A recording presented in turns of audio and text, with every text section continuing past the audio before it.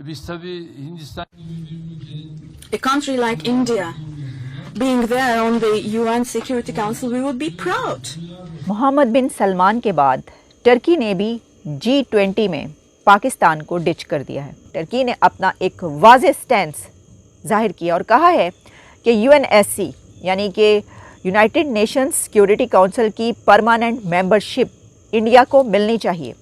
India इसका हकदार है, इंडिया का ये राइट है। तो फिर जाहिर है जब आप इस लेवल पे पहुंच जाएंगे तो दुनिया आपके इशारों पे नाचेगी बजाय कि आप उनके इशारों पे नाचें। ये वाकई भारत ने इस चीज को प्रूव कर दिया है।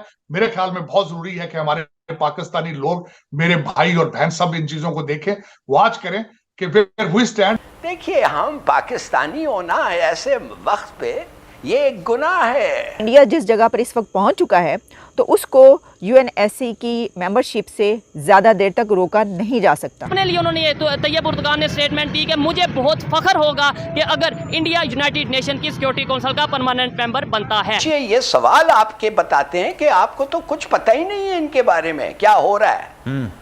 टर्की ने ये नहीं देखा कि पाकिस्तान इस बारे में क्या सोचता है, ना ही उसने ये देखा कि चाइना इस बारे में क्या सोचता है। तैयब उर्दगान अगर इंडिया को सपोर्ट कर रहे हैं तो उन्होंने मतलब ये अल्लाह के दीन को छोड़ दिया है। छोड़ नहीं दिया, लेकिन वो गलत कर रहे हैं ना। अच्छा, हाँ, मुसलमानों को हमारी हिमायत करनी चाहिए ना उनको। नहीं, लेकिन उन्होंने इसमें हमारी तो कोई मुखालफत नहीं ना की। ये मुखालफत है ना, जो दुश्मन के पास जाएगा। मेरे ख्याल में पाकिस्तान को भी चाहिए कि इसी तरह के स्टेप्स ले फ्यूचर में, जिससे भारत का जो है वो जो एतमाद बहाल हो सके। नमस्ते दोस्तों, जय हिंद। हिंदुस्तान स्पेशल में आपका स्वागत है दोस्तों। तुर्की के तेवर अब बदले बदले नजर आ रहे हैं। कश्मीर पर पाकिस्तान की भाषा बोलने वाला यह मुल्क अब भारत के लिए गर्व की बात करने लगा है। जी हां, दिल्ली आकर तुर्की के राष्ट्रपति तैयब एर्दोगान ने जो कहा वह पाकिस्तान को अच्छा नहीं लग रहा। उन्होंने रविवार को कहा कि अगर भारत जैसा देश संयुक्त राष्ट्र सुरक्षा परिषद का स्थायी सदस्य बनता है तो उनके देश को गर्व होगा। एर्दोगान ने आगे कहा कि सभी गैर P5 सदस्यों की बारी बारी से सुरक्षा परिषद का सदस्य बनने का अवसर मिलना चाहिए। वह एक मीडिया ब्रीफिंग में पत्रकारों के सवाल का जवाब दे रहे थे।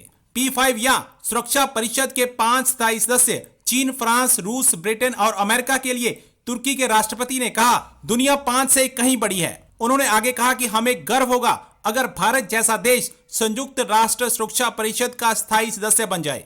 अब पाकिस्तान के मित्र एर्दोगान के मुंह से भारत के लिए गर्व की बात कहने पर पाकिस्तान को मिर्ची लगी हुई है। मोहम्मद बिन सलमान के बाद टर्की ने भी G20 में पाकिस्तान को डिच कर दिया है।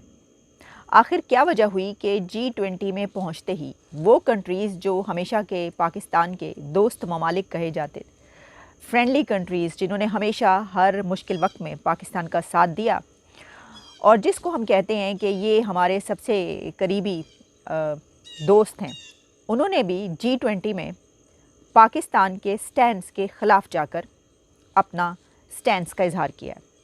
तो अगर हम इसको ये कहें कि उनको कौन रोक सकता था, यानी वो क्यों ऐसा करेंगे कि वो अपना स्टैंड्स अपने कंट्री के हवाले से नहीं करेंगे बल्कि पाकिस्तान को देखेंगे। तो हुआ क्या? हुआ ये कि पहले तो मोहम्मद बिन सलमान ने पाकिस्तान आना था और वो पाकिस्तान नहीं आए। जो टर्की की मैं बात कर रही हूँ तो हुआ कुछ यूँ कि जहाँ MBS यहाँ नहीं आए वहाँ पर चले गए और वहीं की उन्होंने बात की। और वहीं पर टर्की ने अब ये किया है कि जब G20 के दौरान बातचीत हुई तो उसमें टर्की ने अपना एक वाज़ेह स्टैंस जाहिर किया और कहा है कि UNSC यानी कि यूनाइटेड नेशंस सिक्योरिटी काउंसिल की परमानेंट मेंबरशिप इंडिया को मिलनी चाहिए। इंडिया इसका हकदार है, इंडिया का ये राइट है, इंडिया के लिए ये बनता है कि उसको परमानेंट मेंबरशिप दी जाए और हम उसको पूरे तरीके से सपोर्ट करते हैं।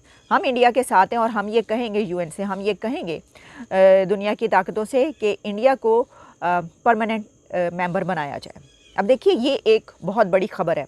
इसकी वजह ये है कि एक तो खैर ये तो अपनी जगह पर कि ठीक है टर्की ऐसा समझता है और उसने ये कही बात, और इसके हवाले से पहले भी हम ये कह चुके हैं कि इंडिया ने खुद ही इसके हवाले से जो इजहार किया है कि अब नहीं बनाओगे तो बाद में बनाओगे।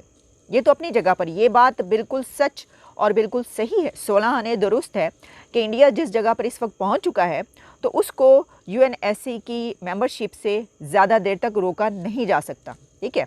लेकिन जो मामला है कि डिच करवाने का वो इस तरीके से कि टर्की पाकिस्तान का बड़ा बेहतरीन दोस्त है और हमेशा से जो स्टैंड पाकिस्तान और टर्की का रहा है वो कुछ इस तरह का नहीं रहा।